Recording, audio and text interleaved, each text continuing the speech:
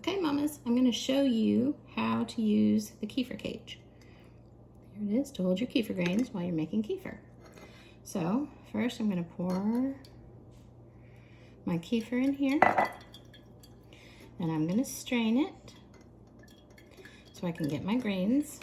So if you're making kefir, you're already familiar with this process. This is a stainless steel strainer, so that is fine. So I'm just going to strain the grains.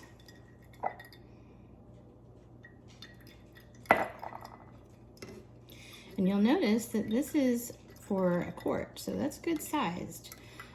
You can certainly cut the end off of the bottom of this. I'll show you in just a minute.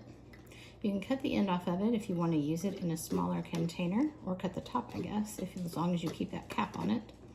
So you could do it either way.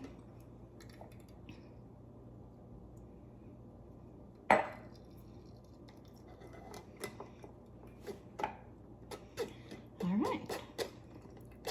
So now we've got our kefir grains. So what I'm going to do is take our kefir cage, pop it open. There we go. Just set it back in there for now. And we're going to take our non-metal, scoop our grains. Oops, the last one. Scoop them over. There we go. Close the cage back on top. And I tried to scooch them over so that I'm not like squishing them. You're gonna have to pull it down to get it to fit in the right. You gotta get it through that hole. A hole in the bottom. There we go. You're gonna squish that down. Put it in your jar. Then I'm going to get my milk.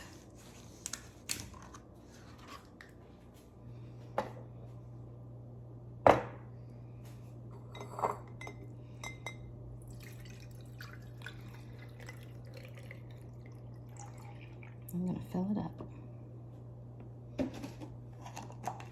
And then you simply screw your lid on. And then you let it sit and ferment.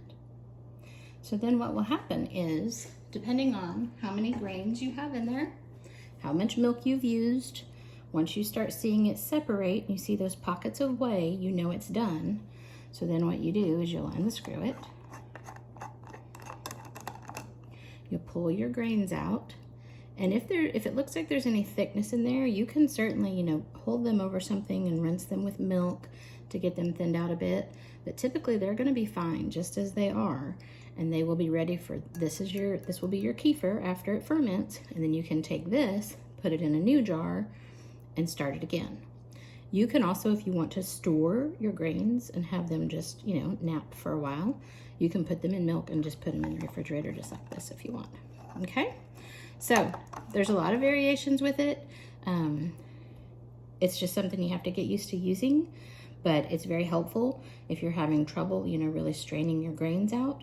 The key to it really, in my opinion, is don't let your kefir over ferment, because if it over ferments, it's going to get really thick in that cage, and that's where it's going to be hard to get your grains out.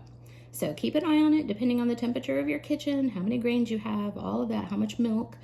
It's all going to vary. So there's not a specific. It used to be, you needed to let it ferment for 24 hours. That's not necessarily the case. We've learned more and, from experience and information.